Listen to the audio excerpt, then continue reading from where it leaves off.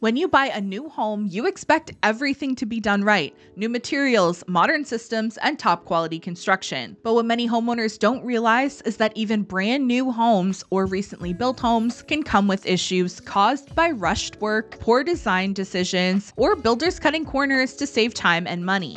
Today, I want to walk you through some of the most common examples of this that I see, what to watch for, and how these shortcuts can affect your home long term. So whether you're buying a new construction home or if you're looking at resale properties, this video is going to cover some things that you need to know.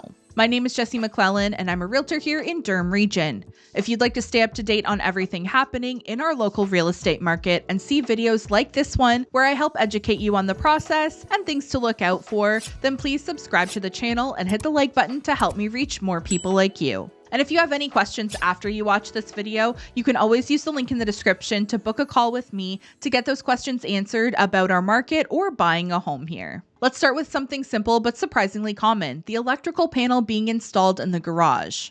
On paper, that might seem convenient, but in reality, it's a poor design choice, especially in Canada. Our winters get very cold and garages are typically not heated. When you combine freezing temperatures with the potential for moisture or even a minor roof leak, you're creating a perfect environment for corrosion and electrical issues. Over time, that moisture exposure can damage the connections or breakers inside the panel. In short, your home's electrical heart shouldn't be sitting in a freezing, potentially damp garage. And while we're on the topic of garages, if garage space is important to you, make sure that you're getting what you need and what you're paying for. Many builders market homes as having a double car garage, but when you move in, you might find that one side barely fits a compact car. Sometimes interior utility walls or the layout of the foundation can cut into the garage space, making it impossible to comfortably park two vehicles side by side.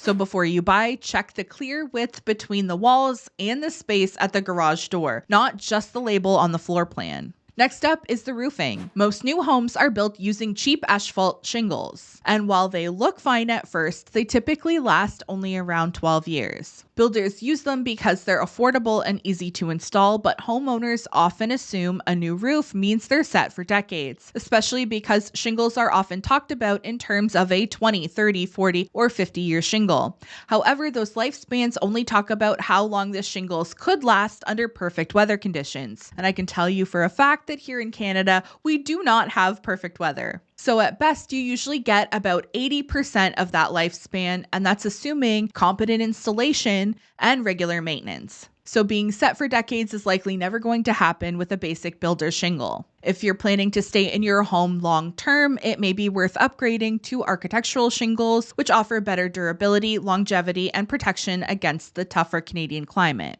Now let's move inside, specifically the basement. Many builders place the furnace right in the middle of the basement. From their perspective, it's convenient for ducts to run and saves time during installation. But from a homeowner's point of view, it's a terrible location. A furnace sitting in the center of the basement eats up valuable living space and makes finishing that area much more complicated.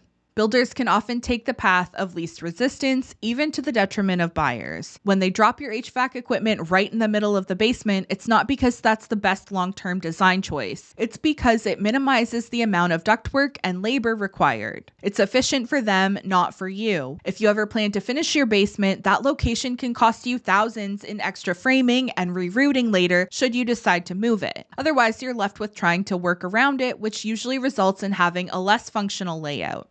And speaking on furnaces, let's talk about the air system, because this one's a huge one that's a hidden issue. When builders rush to finish a home, they often skip doing what's called a system balance. That means that they don't properly measure and adjust the airflow coming out of each vent. The result is you might have 400 cubic feet per minute of warm air blowing into the kitchen, but only 200 in the bedroom. One room ends up being sweltering while another stays cold, and your furnace ends up working harder than it should. When the system is properly balanced, you get consistent temperatures throughout the home, better energy efficiency, improved air quality, and a longer lifespan for your furnace and air conditioner. Humidity is another factor that's often overlooked. In the winter, when the furnace is running constantly, humidity levels in new homes can drop dramatically, especially if the humidifier isn't set up or functioning properly. Dry air can cause wood trim and drywall to shrink and crack, and even your floors can separate slightly.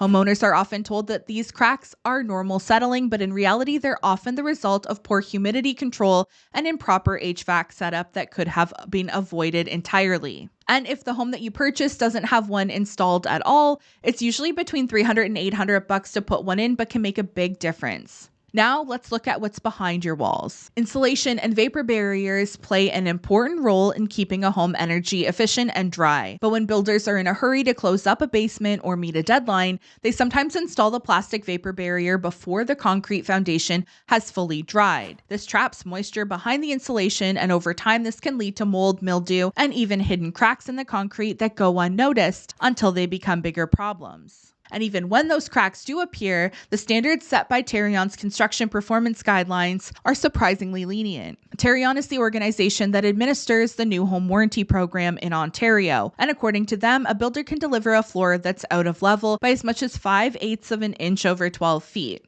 And that's still considered acceptable. Basement floor cracks can be up to 4 millimeters wide, and vertical wall cracks can reach 6 millimeters before they require repair. For a homeowner, that's frustrating to hear.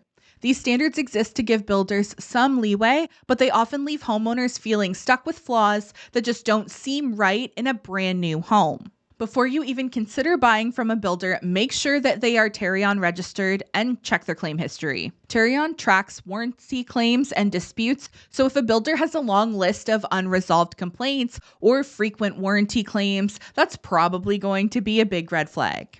A reputable builder will be transparent about their registration and should have a relatively clean record. And inside the home, take a look at the kitchen cabinets. Do they actually go all the way to the ceiling, or is there a bulkhead or large open gap above them? That space isn't just a design choice, it often reveals cost-cutting decisions. Bulkheads are used to hide ductwork or plumbing that wasn't properly designed to fit within the joists, and open space above cabinets collects dust and makes the kitchen look unfinished. In a properly designed kitchen, cabinetry should be planned to make full use of vertical space and avoid awkward transitions. And another issue that's way more common than it should be is the attic. Many new homes are finished and sold before a proper final inspection of the attic insulation is ever done. Sometimes insulation is missing or unevenly distributed, leaving parts of the attic more exposed. That can cause major heat loss, condensation, and even ice damming during the winter. Unfortunately, because very few homeowners actually ever look up there, these issues can go unnoticed for years until they lead to costly repairs. The truth is, the system is stretched thin. Terrion's construction performance guidelines are meant to protect buyers, but there simply aren't enough inspectors to catch every shortcut or substandard practice. Builders know that as long as they meet the minimum requirements, they're in the clear, but minimum standards are not the same as quality construction. So what can you do as a buyer? The best advice that I can give is to hire your own independent home inspector, even on a brand new home, and dare I say, especially on a brand new home. Don't assume that everything is perfect just because it's new. Have your inspector check the attic, the insulation, the electrical panel, the furnace setup, and the basement moisture levels. Catching small issues early can save you thousands of dollars and years of frustration.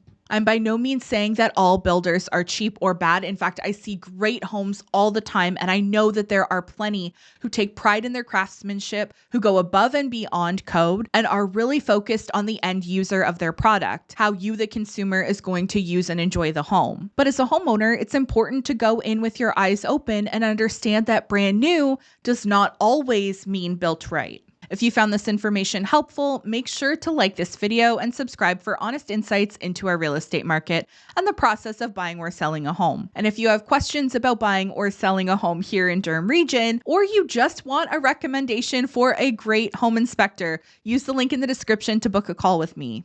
Thanks for watching until the end, and I'll see you in the next one. Bye.